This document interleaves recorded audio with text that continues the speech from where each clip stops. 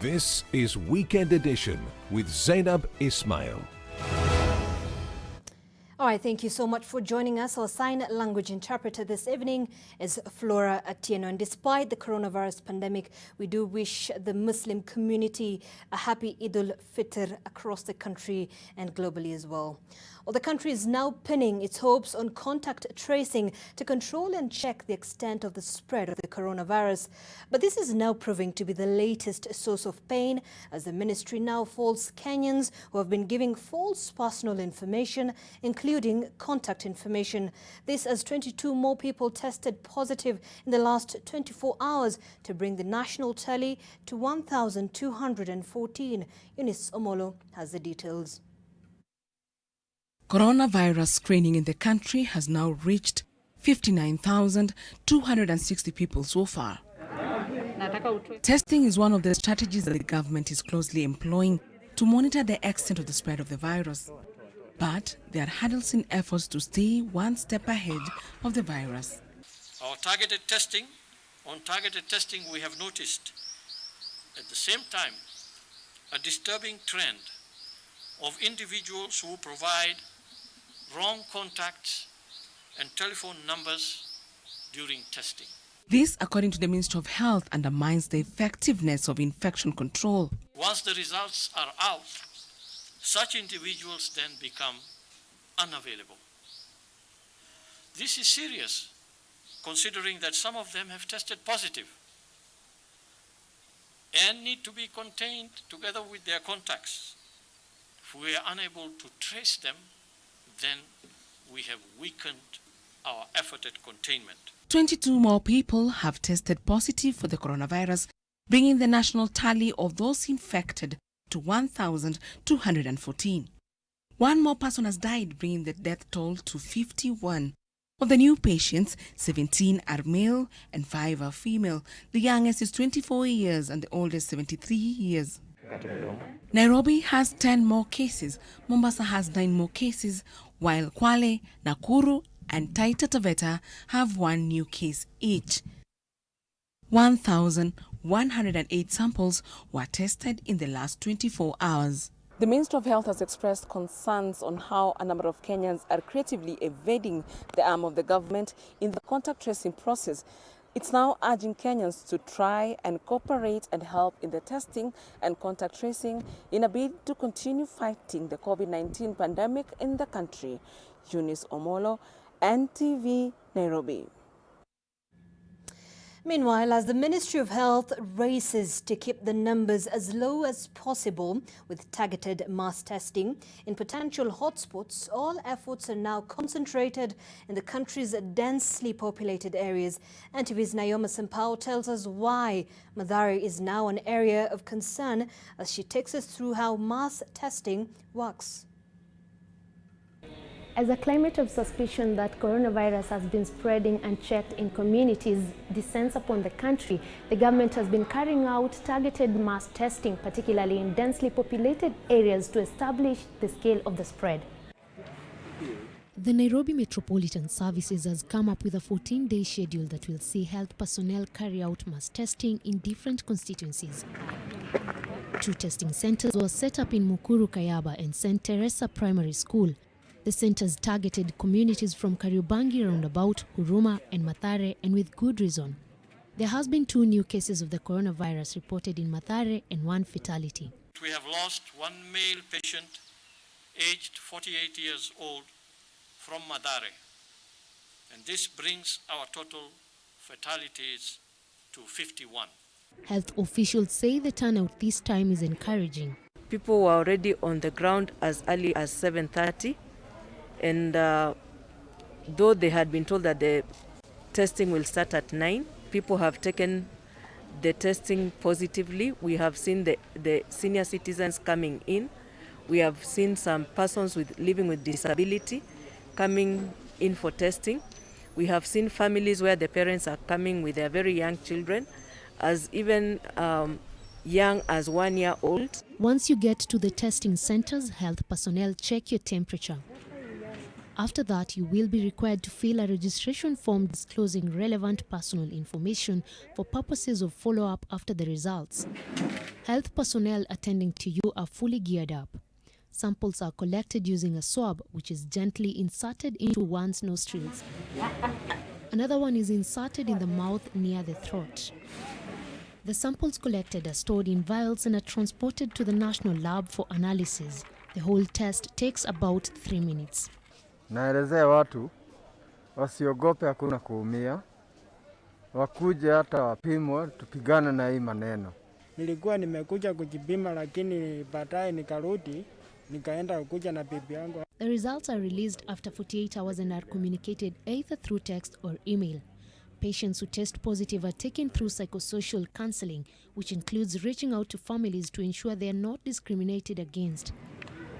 Even then, police have to keep a sharp eye to ensure rules such as social distancing are not broken.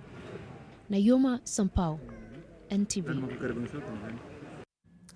Well, for business owners around the country, surviving the pandemic has meant cutting their losses, which either means scaling back or shutting down altogether. Those who remain open hang on to thinning hope that the wave of devastation will pass as the economy takes a battering. NTV's Ngina Kirori reports on the threat of the virus, not just to life, but also to livelihoods. This God is with us slogan on the back of this public service vehicle seems to speak of the hope that operators in the matatu sector in Thika have that their businesses will resume soon. However, this hope is feeble, as operators say they have had difficulty trying to keep up with their bills since the pandemic drove away their returns. An example, the vehicle we are in now is supposed to give an owner 6,000 per day. But now it cannot even give him 1,500. This vehicle is on loan, either from the SACCO or from a bank. The vehicles now lie at petrol stations and parking lots as they were dumped by owners who say they cannot earn a living following the restrictions placed on businesses to manage the spread of the coronavirus. Only 40% of the SACCO vehicles are currently operating, while 80% of public service vehicle owners who have purchased matatus through the SACCO have also failed to service their loan. Those in the hospitality industry are also being served with low returns, as hundreds of hotels have continued to remain on forced unpaid leave. Cascade is an employer to over 300 staff. And as you can see, right now we are operating with around 50 staff. So about 250 staff has been sent home on temporary unpaid leave, and we really empathize and sympathize with them. We would really want to have them back. We are really hoping that the situation will be good and that the cessation of movement will be opened. The coronavirus pandemic will come to an end so that we can have our staff back. Some of them have been making phone calls frantically to come back. We really empathize and sympathize with them. The hotel has also reported reduced sales volume owing to the fact that they are not able to accommodate as many customers as they could previously. Beauticians have also joined the list of business owners who have suffered losses. Their tools of trade have been downed as they wait for the pandemic to pass. Customers wamepungua juu wanakuwa encouraged wafanye kazi wakuwa nyumbani. So tumekuwa affected sana juu kazi zetu haziwezi fanyia nyumbani. East Africa's largest economy has been severely hit by the virus outbreak, with the government projecting a growth of about 2.5%. President Uhuru Kenyatta announced measures that he says will save thousands of jobs as businesses close and the economy slows down. Gina Kirori, NTV. Well, definitely that report there by Ngina Kirori does highlight the kind of challenges that the small and medium enterprises in the country are really facing in light of the COVID-19 pandemic in the country. And of course, they are fighting to ensure that they survive through this particular period. Now, the country is caught between the difficulty of what needs to be done to slow the spread of COVID-19 and what its majority must do to survive on a daily basis as the coronavirus delivers a crushing blow on the economy. So will it be eat to eat or to heal? Well, NTV's Silas Apollo did seek the opinion of a public health expert who walks us through this important decision. In the view of this epidemiologist, easing restrictions should be done cautiously if the gains made in containing the virus are to be sustained. And of course, this is something as well that the president has continued to speak about in terms of trying to open up the economy in the country. But of course, mentioning that it will be taking quite a hit. Let's take a look at that report by Silas. With the country's resource tanks running on empty, the country is mulling over gradually filling her way out of the limits on daily life imposed to curb the spread of the virus. But epidemiologist Eric Osoro, however, says that such President Kenyatta's pronouncement hinting at a possibility of reopening the country should not be celebrated just yet, as easing restrictions could prove challenging, especially for a country like Kenya, which is stuck between protecting lives and allowing its citizens to eke out a living. This is a new virus, and meaning that all people are susceptible, and therefore it sweeps very fast across the population, affecting people. Our worry will be if the people requiring hospitalization are too many or beyond what the health system can manage.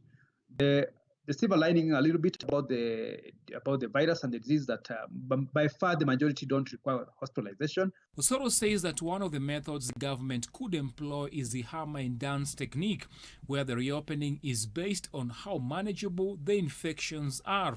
The hammer meaning the restrictions, when we apply the movement restrictions, people's closing down businesses and only leaving the essential services. But then the dance phase is when you are applying mitigation measures, opening up some of the businesses, but urging people to take measures, including social distancing, including use of masks. Kenya, just like other developing countries in Africa, has been singled out for its fragile healthcare system, as well as the high poverty level among its citizens. Any attempts to reopen the country, therefore, has been cited as a recipe for disaster, even as the government struggles to find a balance between providing for its citizens while also protecting lives. Some of the world's most advanced economies in Europe and even in China have in the recent past experienced a spike in new cases after governments eased lockdown measures. President Kenyatta on Saturday said his administration was aware of the strain that the virus had put on the economy and that easing up of restrictions will depend on how Kenyans behave. Guidelines by the World Health Organization on managing the spread of the virus in instances where a country decides to reopen schools, businesses or public spaces advocates for an adherence to social distancing rules, use of face masks in public, as well as maintaining the highest level of hygiene possible. WHO further calls for an increase in mass testing, which it says is important in monitoring and managing the spread of the virus among the populace. We need to ensure that as a government, the testing is enhanced, is ramped up, and all people who require to get the test get tested, and those who become positive then get isolated. Silas Apollo, NTV. All right, thanks, Silas. Well, the president's plans to slowly ease the cessation of movement and curfew directive in a move to start building up the economy has elicited different reactions. Here's what some of you had to say about that. If it is increasing every day in terms of almost hundreds, then how do you expect when everything is now opened up, it will be in thousands and this country will be in chaos? The Kenyans will be risking their lives because they are not obedient at all. Ukiwaambia keep distance, hakuna mwenye anafuatia hiyo sheria. The government to procure test kits and supply to all counties so that every county will be in a position now to test this coronavirus. Watoto pia shule zifunguliwe. Kama tunasema watoto, kuna watoto wanasoma Mombasa, wanakuja Western, wanakuja Kericho.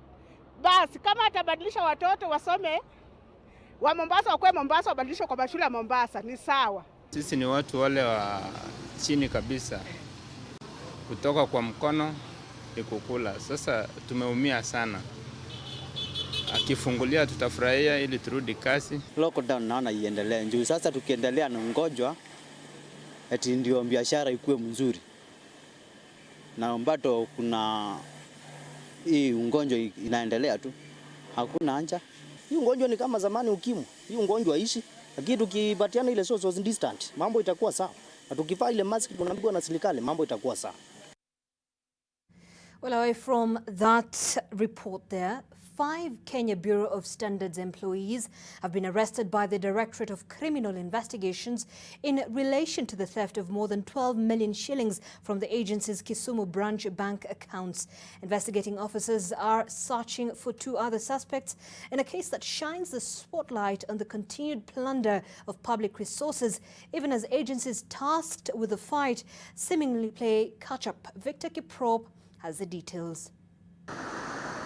Despite countless promises by the current and past administrations to eradicate the cancer of corruption in the country, the number of cases of theft or misuse of public resources in the country keeps rising. The latest to join the party of plunder of public resources is the Kenya Bureau of Standards KEBS, where a total of 12,791,126 shillings is believed to have been lost between July 2017 and October 2018. 7 of the company's employees in their different capacities are said to have irregularly authorized the withdrawal of funds from the institution's bank accounts in Kisumu for unknown payments which were not supported by any documents. Of the 7, the then KEBS regional manager Kisumu Lake Region, who is currently the head of the testing department at KEBS headquarters Nairobi, Jacqueline Njeri Kangiri, as well as Catherine Nangila Wanyonyi from the market surveillance department in Kisumu, were arrested on Friday and released on 100,000 shillings bond. Florence Awino Ouma, a Principal Quality Assurance Officer, as well as Lynette Bitengo Nyanchama and Daniel Ambrose Onuko Osumba, who were then accountants at the regional office, have also been arrested. The 5 will be charged on Tuesday in Kisumu, according to the investigating officers. The 2 other suspects, Rose Wangoi Gasheru, a principal accountant, and Eric Kibet Sawe, who was then an assistant accountant and who are said to have gone into hiding, are currently being hunted by the police. The suspects are facing 7 charges including conspiracy to defraud, abuse of office, false accounting, neglect of official duty, stealing by agent, and conspiracy to defeat justice. While Kenya has to go to the local and international markets for lending to support its budget every year, at least a third of that budget is estimated to be lost to corruption. Victor Kiprop, NTV. Well, the president's address also hinted at the possible reopening of schools, even as he allocated 6.5 billion shillings to the Ministry of Education towards that effort. But what would this return to the old reality entail? Gina Kirori takes a closer look at how the danger that lurks with the virus would need to be kept at bay should classes be back in session. We know that parents and indeed our children across the country are concerned about what the future holds for them. But I want to assure you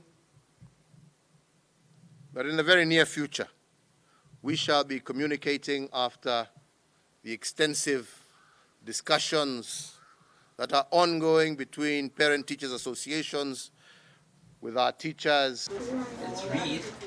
While the words of President Uhuru Kenyatta may have been reassuring for parents who have had to turn to unforeseen alternatives such as homeschooling and online learning, the excitement has also brought with it a fresh wave of concern about how learning will take place as the threat of the virus lurks about.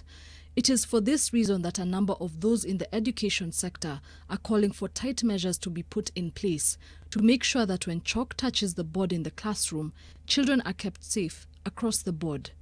I think we should not open the schools en masse, but because of what is happening, it is good for us to open the schools with the candidates, that is the standard 8 and the form 4s.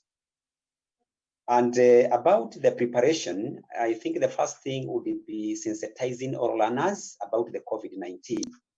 And then we make sure that we have adequate water points and also flowing water, soap, and could be strict rules on visitors visiting the school.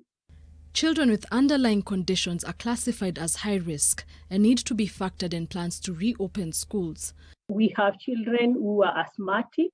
We know that we have children who are on ARVs.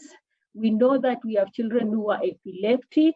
So it's important, first of all, for each school to map out these children and see how best they would be able to address them. The World Health Organization has outlined the guidelines for countries that are looking to reopen their education sectors. These include making sure to listen to children's concerns and answer their questions in an age-appropriate manner, also encouraging them to express and communicate their feelings. Introducing the concept of social distancing, including standing further away from friends and avoiding large crowds. Focusing on good health behaviors such as covering coughs and sneezes with the elbow and washing hands. Demonstrating why it is important to wash hands for 20 seconds with soap and water. For example, by putting oil on a child's hands and asking them to wash their hands with only water to demonstrate the ineffectiveness, and then asking them to add soap so that they can see how it assists them in understanding how effective soap is.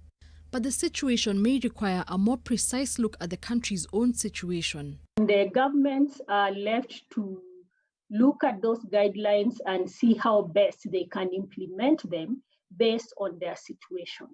So our situation is very different. We might not have all the facilities. It would be good to test. In the meantime, the government has already set up a task force and penned down a number of strategies in a bid to strengthen the education sector, including hiring 10,000 teachers and an additional 1,000 ICT interns to support digital learning platforms. But for some educationists, the basic element of a healthy group of students is the most paramount. I would rather have a child who is healthy in my house than have one who is sick. And therefore, there is that fear that is among the parents. You see, even if we are to take all the children to class, we know very well that is that stage of asymptomatic stage, where some children might be infected, but they are not showing any signs. These are valid thoughts from Zhao, as 2% of those affected by the coronavirus worldwide are children, while the number in the country is at 9%.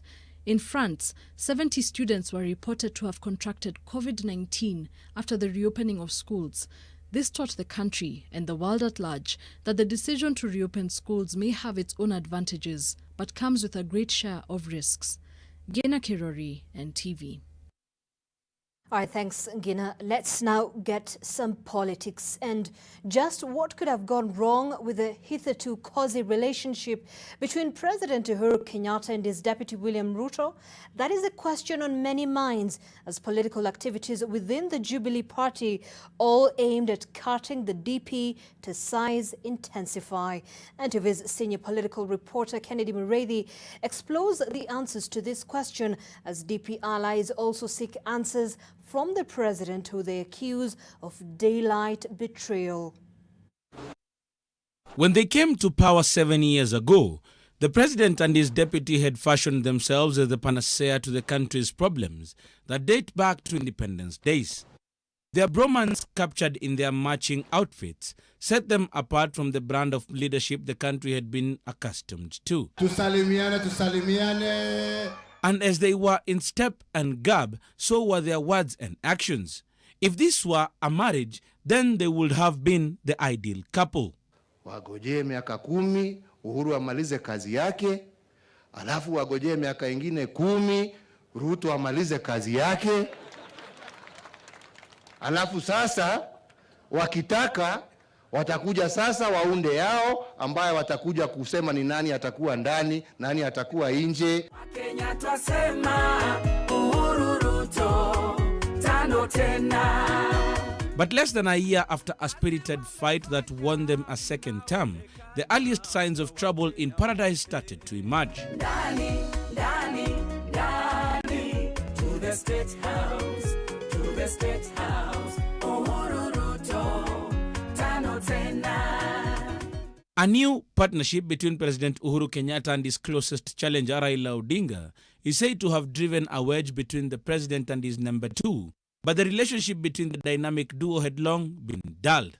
The handshake may just have been the last nail on the coffin. Ruto anasukumwa mpaka ukuta baada ya siku, na hakuna hata siku moja tumepata kuambiwa kwamba huyu amefanya makosa fulani, na sisi pia hatujasikia Ruto mwenyewe akilombana na mkubwa. It is a question that has been on many of the DP's supporters' minds as they wrap their heads around the latest happenings that have seen the DP isolated. We pray that the president will be able to see exactly the journey they have traveled with the deputy president since they have been from Hague. The most recent manifestation of a love gone sour was the ruthless purge in the Senate, where the deputy president's loyal lieutenants were either kicked out of plum leadership positions or whipped into submission. In politics, it is very easy to make friends even with the people you don't know. But it's also very easy to make enemies. That is why always the enemies of yesterday are always friends of today. And the friends of yesterday always become enemies of today. Why? Because you are not looking for friendship, you are looking for interests. Masinde Muliro University of Science and Technology lecturer Professor Egara Kabaji seems to agree with Meru Governor Kiraito Murungi, saying the deputy president's problems are of his own making. What we have seen in recent past is that those who coalesce around the deputy president have been very disrespectful, and occasionally they have said very nasty things about the president. And at that juncture, the deputy president needed to actually rebuke them, and in public, because perceptions matter. Professor Kabaji says President Kenyatta may never come out publicly on how things between him and his deputy went so horribly wrong, but says the DP may have disregarded one of the cardinal rules of power, never to outshine the master. Never allow those around you to actually seem to suggest that they are powerful and they can push you or propel you to leadership, even without the blessing of the boss. Analysts hold that DP Ruto has two options. One of them is to retreat and re-strategize for his 2022 bid for the presidency, or either sit back, go back to President Uhuru Kenyatta, seek forgiveness for what has been happening in the last 2 years, and look for a way of working together for the remainder of their term. Kennedy Mureithi, NTV in Nairobi County. All right, thank you so much, Kennedy Mureithi, for that political report. Well, time for our first short breather on NTV Weekend Edition. But before that, take a look at this. A Singapore transportation company has installed plastic shields around its taxi drivers' seats as virus preventative measures. The piece of protective see-through plastic guards against the spread of the particles from either party. Singapore had managed to keep its outbreak in check in the early stages, but was hit by a second wave of infections.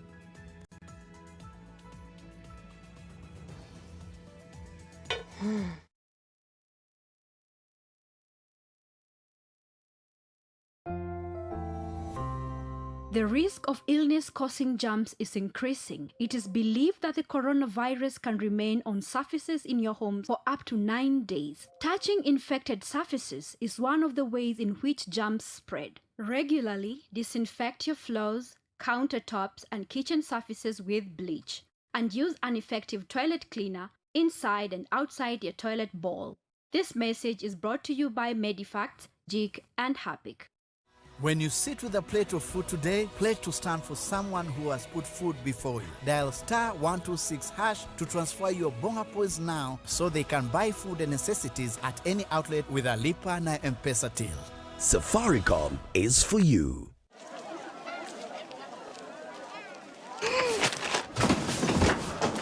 Do your gums hurt? Yeah. Does your toothpaste contain sage, eucalyptus, myrrh, chamomile? All that in one toothpaste? Yes, try Colgate Herbal. Colgate Herbal contains nature's best herbs and Colgate's fluoride technology to give you strong teeth and healthy gums. Ah, Colgate Herbal. Let's go. Colgate Herbal for strong teeth and healthy gums naturally.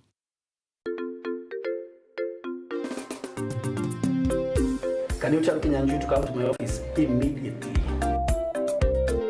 Good morning. Good morning. Mimi sipendi unapanguza floor. Hiyo dust uache hapa kwa meza. Clean up.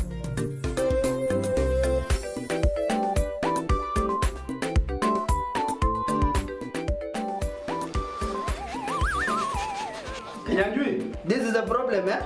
Next time uende ununue selector yako, utengeneze sandwich zako, uachane na sandwich za boss. Selector. The difference is in the taste. Hii uende weke kwa ile githeri yako, eh? Dettol's main objective is to help children protect themselves from diseases. Do you know how we get illnesses like diarrhea, cough, and cold? No! They are spread through germs on your hands. Your hands collect germs that causes diseases. You pick up germs from any surface, like when you don't wash your hands after going to the toilet, while playing. And then you can get sick because of germs. That's why you need to fight germs to stay healthy by washing your hands regularly with Dettol soap that gives the best germ protection ever against many illness-causing germs. Wash, wash, wash your hands. What you have to do is bath, bath, bath yourself. Dettol soap every day. Wash, wash, wash your hands. Sir, I'd like to report about something. It's about the death of Senator Reynoso. Be quiet. In today's life, a person always has two choices, the good and the bad. These choices we make either bring us good luck or bad luck. What's important is you stand by it, whether it's life, family, and love. Even if that decision costs us our lives. I really need your help. I won't drag my family into this. My daughters are still young. You can't make a wrong decision. It only becomes the wrong one if you don't stand by it.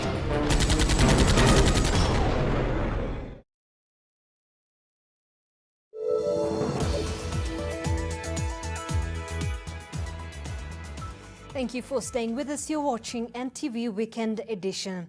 Now, Muslims around the world began marking a somber Eid al-Fitr today with many under coronavirus lockdowns. Here in Kenya, faithfuls were forced to follow the celebrations online or on TV. Ruth Sarmoi has more on the odd Eid. It is a different celebration of Eid al-Fitr, which marks the end of the holy month of Ramadan. This year, Eid is devoid of congregational prayers and festivities that accompany the season. We are aware that this year's celebration has been a little different from the previous ones. The pomp and religious activities that have always been part of the culture and tradition in observing Ramadan has been restricted. Today's celebrations are devoid of fanfare, fellowship, and ceremonial visits characteristic of Eid al-Fitr. At the Jamia Mosque in Nairobi, it was a celebration of a triumph over the difficulties of the different month of Ramadan. Tukiangalia misikiti yamefungwa, tukiangalia mikusanyiko yamekatazwa, itakuwaje swala zetu za tarehe? Tuwezaje kufuturu na majirani zetu na wapendwa wetu? Yote haya ndugu Waislamu ilikuwa inatutia dhiki sana, lakini kwa rehma za Allah subhanahu wa ta'ala tukapita mkondo huo salama salimini. Lazima tumshukuru Allah. Upande wa dini yetu, ilmu mangapi ambayo tumejifunza katika kipindi hiki kizito, kwa kuwa kabla yake kuna hukumu nyingi sana ya dini yetu hatukuwa na habari nazo, lakini leo wallahi kwa juhudi za maulama na Allah subhanahu wa ta'ala hifadhi arhamu wa ajazi kila la khairi, wametubainishia ahkam nyingi sana ya dini yetu tuweza kufahamu. Others still chose to spread the cheer. In Garissa, over 250 people living with disability received non-food donations from well-wishers who also shared important preventive measures against the coronavirus. Limafu hakuna mtu amewafanyia sensitization, hawajui sana social distancing. Leo tumesumbuka, tumekuja hapa saa 1 asubuhi. Mimi nilikuwa hapa tukiwapanga. Meanwhile, the holy city of Mecca in Saudi Arabia was a ghost town. Despite the ongoing restrictions, a small number of worshippers gathered at the mosque to attend prayers while keeping distance from each other. Saudi Arabia has begun a 5-day round-the-clock curfew from Saturday after infections more than quadrupled since the start of Ramadan to around 68,000, the highest in the Gulf. The neighboring United Arab Emirates, however, tightened its lockdown measures by increasing the nighttime curfew starting at 8 p.m. instead of 10 p.m. during Ramadan. Muslims in many countries are set to celebrate sparingly amid growing financial distress. Ruth Sarmoi, NTV. An odd Eid indeed. But you know what? Tomorrow between 2 p.m. and 4 p.m, you can join us here on NTV. We'll be bringing you and relaying messages from you to your family members, to your friends. We'll be sending you a number where you can send your messages, a short video clip, and we'll be playing them as well as some other events that we planned for you tomorrow. So you want to join us tomorrow between 2 p.m. and 4 p.m. Now, tobacco farmers in Bungoma County are asking the government to intervene and enable them get dues owed to them by the former tobacco buying company. The farmers say they have been chasing their money, running into millions of shillings since the company closed shop in the area. Brenda Wanga has more. Rows upon rows of tomato plants paint the landscape of Simiu's farm. This is his cash crop, the sole source of income that his family depends on. It may not be as lucrative, but they keep his children in school and food on the table. Just a few years ago, another crop was the pride and joy of not just his family, but this community as well. Bungoma was known as one of the largest producers of tobacco in the country. Ilikuwa kilima sigara, hiyo bahatishi. Mpaka lazima ukilima utapata kitu. Kati nilima kati ilikuwa tunalima mahindi, tunalima sigara. Kati ilifika mahali ikakuwa mzito, nikaachana nayo kiasi. Sasa wakati nilianza nipata school fees, nikaona ikiuza mahindi hata ifiki kiwango cha hicho pesa. That has since changed. Only a handful of farmers here are still engaged in this labor-intensive agricultural activity. Right from the planting to harvesting and the curing processes demand blood and sweat from the farmers. Iko na kazi nyingi na watoto tulikuwa tunatarajia watusaidie kulima. Wengi wameenda shule na iko nataka na muwe na familia ya watoto wengi ndio ulime hiyo kilimo. Hata mtu mmoja hawezi lima. Kwa hivyo si rahisi turudi kwa hiyo kilimo sana. Unatakana upasue kuni, uende kwa beti kama miezi 3, kumaintain hiyo tumbako kwa beti, kitambe fikie kwa nini haya kuokota uifanye grading. Nataka ukuwe na pesa na hawa hatupatii pesa ya kufanyia kibarua. Tunaagiza jioni. Tukiagiza jioni tunakaa nje mpaka siku ikwishe bila kulala. Kwa sababu tumbako unatakiwa uangalie ndani inaweza kurudisha maji kwa mikongo ya tumbako. Sasa tulikuwa tukilala tuweke tumbako tuweke moto kwa temperature moja ndio hiyo maji itoke kwa tumbako. That curing process also involved the cutting down of trees in their numbers to provide fuel for the fire. The degrees of heat needed to carefully cure the tobacco was also a health hazard, as Mzee Manyonge attests. Kwa na shida sana kwa sababu wakati wa kumaliza nilikuwa najihisi mgonjwa. Mwili wangu sio kuwa mzuri. Na vile niliwacha saa hii niko na afya vizuri. The rewards from the farming, however, more than made up for the hazards, at least for the majority of the farmers. Uko napanda kama eka 2, eka 1.5, lakini sana ni kama eka 2 kurudi chini. Unaweza pata kama tani 1 kilo ama kilo 600. Na walikuwa wanafanya kwa kilo shilingi 100 na kitu. Grade ya juu 120, 130. But those rewards have almost dried up. A majority of the farmers who have turned their backs on the lucrative trade say they were forced into bankruptcy when one of the tobacco buying companies closed shop without paying for their 2017 crop. Tulipeleka sigara lakini kutulipa, hawakutulipa. Wakanikula shilingi 97,000. Tuko kulima wengi sio mimi peke yangu. Sasa hizi zote tulisanya tu kulipwa. Tulipima, wanaenda nazo tu, wanapima, wanaenda nazo tu mpaka saa hii, na hatujui mtu anaishi wapi, kwa sababu sisi hatuna namna ya kumtafuta tumstaki. The farmers taking a major hit when Mastermind, then competitor with BAT, closed shop here. The two companies had been locked in a fight for the farmers' crop, driving up the prices to the benefit of the farmers. The farmers now want the company to make good and pay up for the produce they delivered before it closed. They would like to take up the crop again, but can't because they don't have the seed money. Ukiwa na capital, kazi nayo inakuwa rahisi. Ukikosa capital, kazi inakuwa ngumu. Sisi hatukuwa na deni na yeye. Tunaomba serikali tusaidie, ifuatilie kabisa. For now, the effects of the dwindling fortunes of tobacco farming in this county continues to be felt, and some of the once vibrant towns now pale shadows of themselves. Brenda Wanga, NTV. All right, let's revisit our earlier stories. Now, President Uhuru Kenyatta has instructed committees charged with various aspects of COVID-19 response to present him with a roadmap on reopening Kenya for business. In your Daily Nation tomorrow, find out what is informing this decision and what the health experts think of the idea. Plus, how the purge on Deputy President's allies in Parliament has divided Jubilee leaders in his Rift Valley backyard. Do not miss your copy.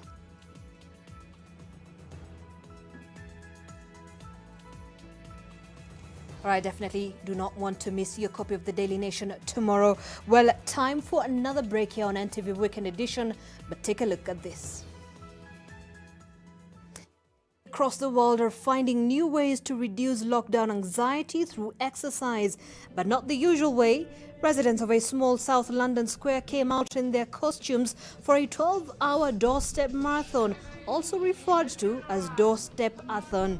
Led by fitness enthusiasts to raise money for 3 London charities and joined by animals from the local urban farm, residents followed the cues of infrastructure and his assistance as they did different exercises in sync.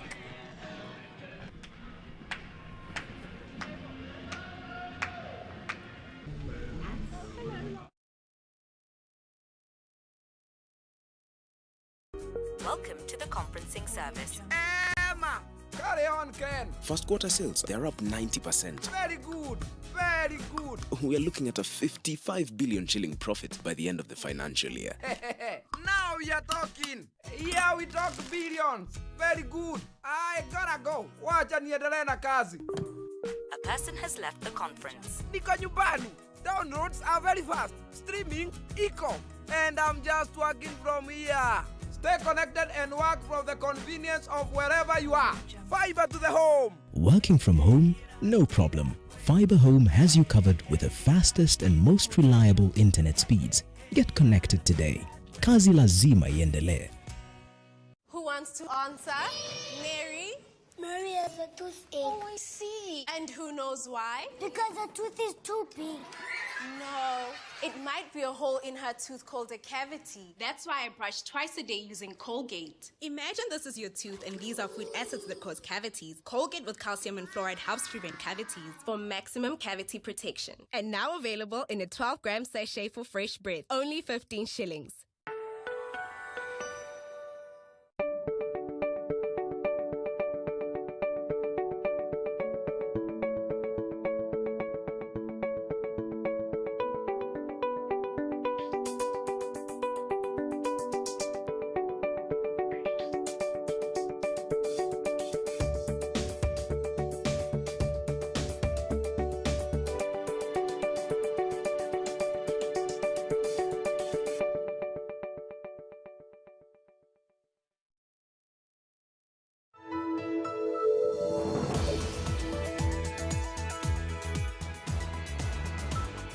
Thank you so much for staying with us. Now, truck drivers stuck in traffic along the Eldoret-Malaba Highway want Kenyan and Ugandan authorities to jointly facilitate movement across the border and boost trade between the two countries.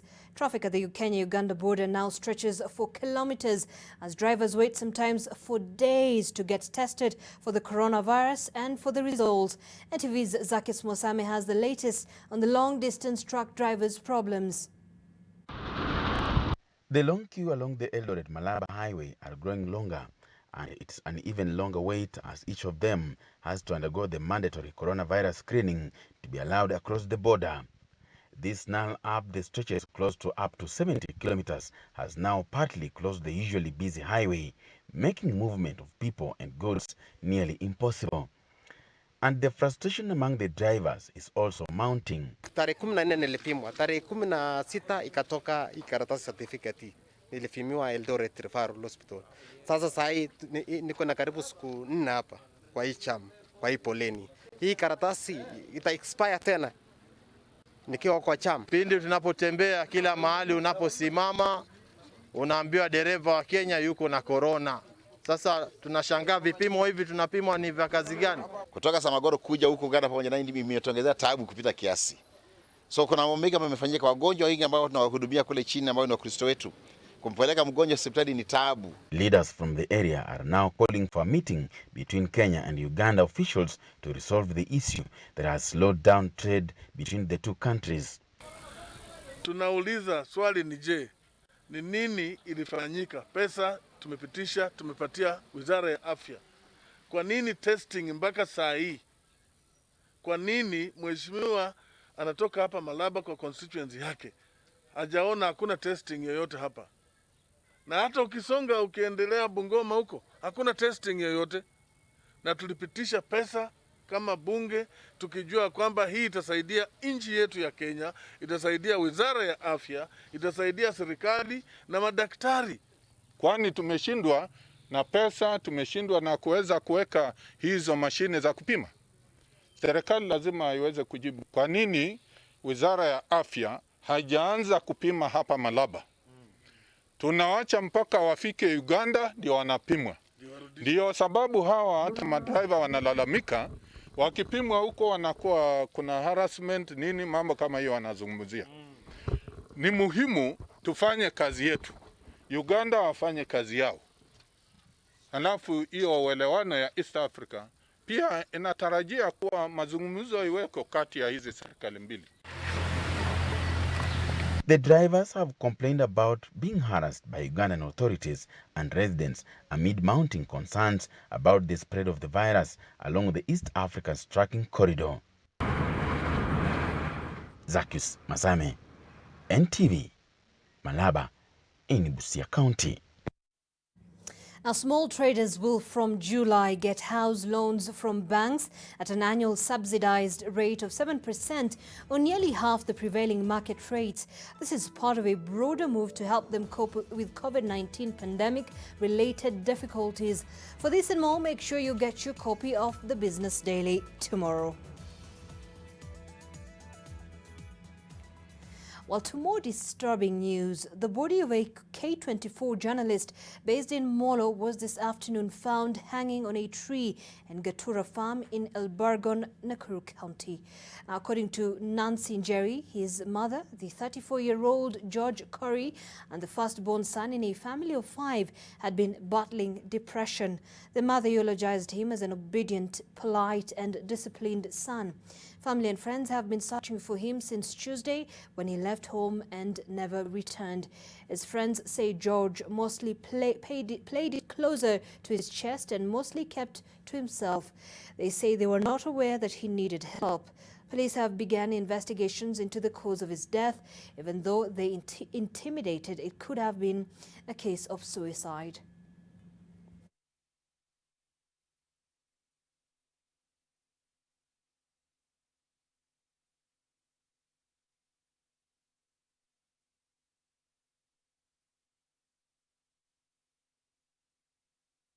Well, our deepest condolences to the family of the late George and, of course, to the entire media fraternity. Well, time for another short break here on NTV Weekend Edition, but take a look at this as well. An alligator who survived Berlin World War II bombing has died at the age of 84. Now, these images have been released by the Moscow Zoo showing the Mississippi alligator named Sutton at the zoo. The alligator survived a bombing raid on Berlin in 1943 and found himself east of the Iron Curtain after World War II.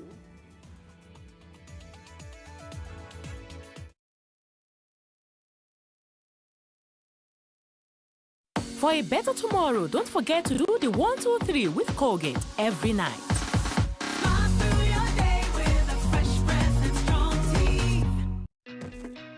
With DSTV Now, you open up a world of possibility where your entertainment is ready for you anytime and anywhere. To get connected, ask your parents to go to the App Store, hit download and log in. Incredible! Incredible! And while they're there, with DSTV's parental control feature, setting you up for the most fun and safest viewing around is as easy as 1, 2, 3. Amazing entertainment and learning, anywhere with DSTV. Shop online and pay with your Visa card securely for groceries and other essentials, e-learning subscriptions, online entertainment subscriptions, as well as all other bills online.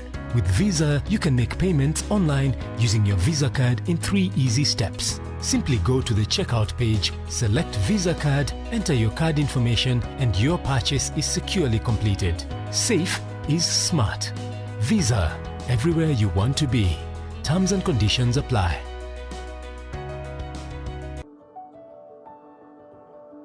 At Kenya Breweries Limited, we work with over 500 barley farmers in Kenya to locally source 80% of raw materials and grow local businesses to produce quality products. In the last financial year, we paid over 1 billion shillings to barley farmers.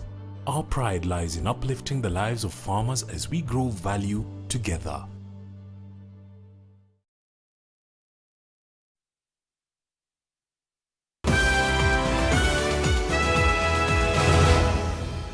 Well, we're glad you could stay with us on NTV Weekend Edition. Let's now take a look at some of the stories making headlines internationally. Now, the first pregnant woman to test positive for coronavirus in Liberia has given birth to a healthy baby girl. Sadia Marwolo Inas became COVID-19 positive at work and was transferred to a coronavirus intensive care unit in a military hospital east of the capital, Monrovia. Having recovered from the virus, she returned to give birth to a baby girl. Her husband and one of her 3 children also contracted the virus and recovered. But after surviving the ordeal, Marwolo says her family now face the stigma of having had a brush with COVID-19. Liberia has recorded 250 coronavirus cases to date, with 24 fatalities. In Brazil, workers dug hundreds of graves at the country's largest cemetery in Sao Paulo as the death toll from COVID-19 surged past 20,000 after a record number of fatalities in a 24-hour period. Brazil has now recorded more than 310,000 cases, with experts saying a lack of testing means the real figures are probably much higher. With its curve of infections and deaths rising sharply, the country of 210 million ranks 3rd in the world in terms of total cases, behind the United States and Russia. And in Israel, Prime Minister Benjamin Netanyahu has described corruption charges against him as ludicrous. Netanyahu appeared in court to answer to the graft charges, after which he declared he was facing the hearing with his head held high. The veteran premier, who has just forged a unity government after over a year of political turmoil, now faces the next challenge of being the country's first premier to face criminal charges while in office. And in the UK, the British government has rejected calls to sack a top advisor, Dominic Cummings, of allegations that he broke coronavirus lockdown rules by travelling across the country while displaying symptoms of the disease. Cummings was seen with his young son close to his parents' home in the northeastern part of England. Britain's opposition Labour Party has said his actions suggested Cummings viewed himself as above the law.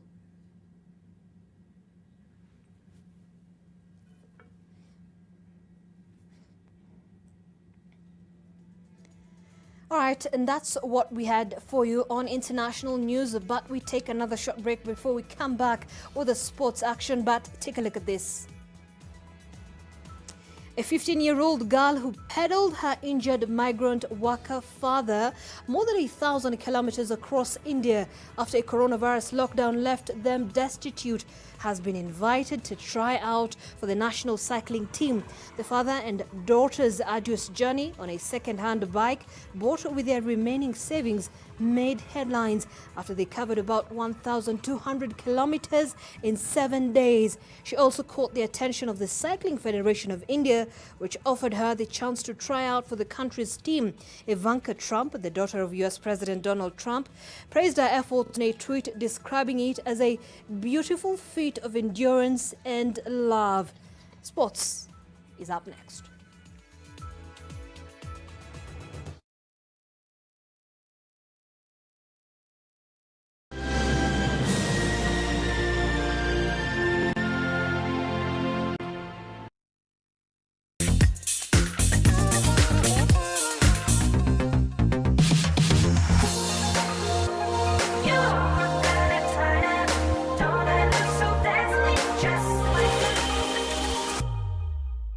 Credit to you if you stay at home. If you must shop online, use your NCBA credit card. Stay home. Stay safe.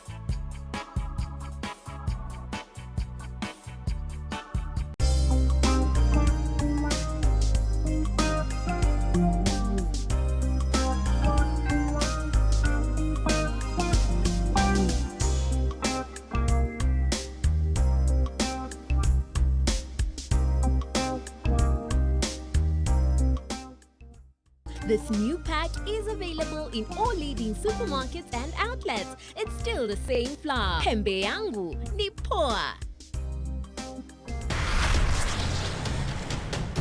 Sir, I'd like to report about something. It's about the death of Senator Reynoso.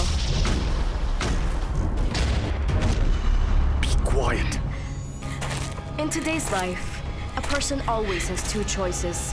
The good and the bad. These choices we make either bring us good luck or bad luck. What's important is you stand by it. Whether it's life, family, and love. Even if that decision costs us our lives. I really need your help! I won't drag my family into this. My daughters are still young. You can't make a wrong decision. It only becomes the wrong one if you don't stand by it.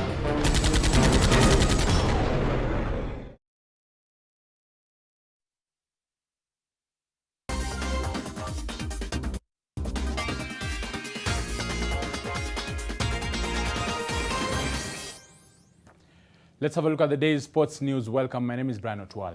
Coronavirus halting major sports events globally did not stop world marathon great Eliud Kipchoge from doing what he does best, that is running. Kipchoge, the Lewa Marathon ambassador, was running for a good cause, seeking to boost the morale of rangers in support of conservation in this difficult time. Take a look.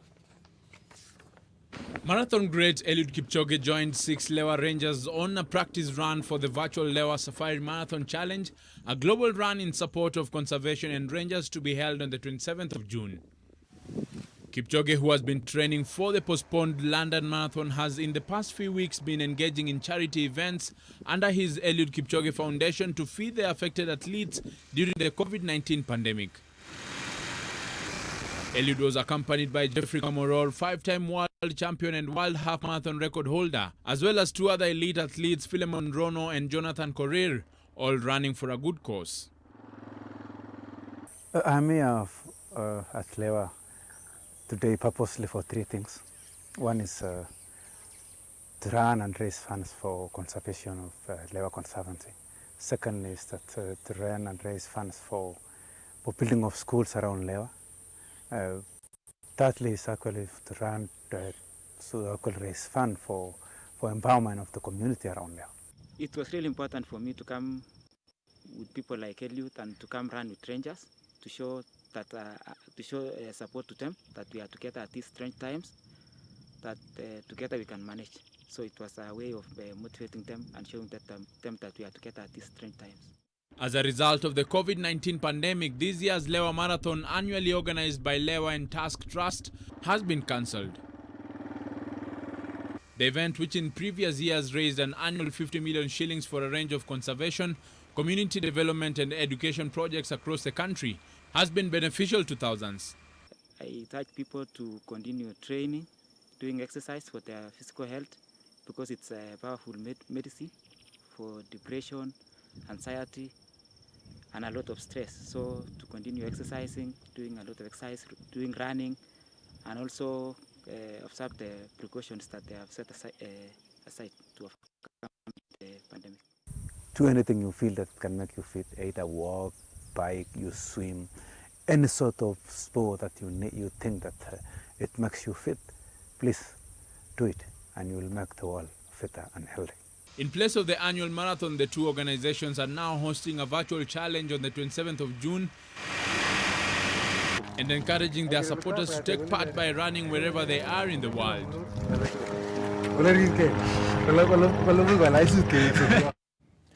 Moving on, popular bodybuilding coach Mickey Ragos has advised every athlete to continue training at home or wherever they are during this coronavirus pandemic. Ragos, who is remembered for winning the Mr. Kenya title 15 times, also warned athletes from using banned substances to improve their performances. Hiyo wakati wa corona si rahisi. Nako naambiwa kae nyumbani. Yani tupewe kuja na grupu ya watu wengi kwa pale pamoja. Lakini tena kwa nyingine mazoezi ni mzuri. Kwa hivyo sisi vile mimi hufanya. Natoka nyumbani na kuja na pia na watu wawili watatu, naingia kwa gym na train. Narudi kwa nyumba. Lakini sasa watu wengi gym hawaji. Hatu mawazuia kidogo mpaka ikitu ipungue.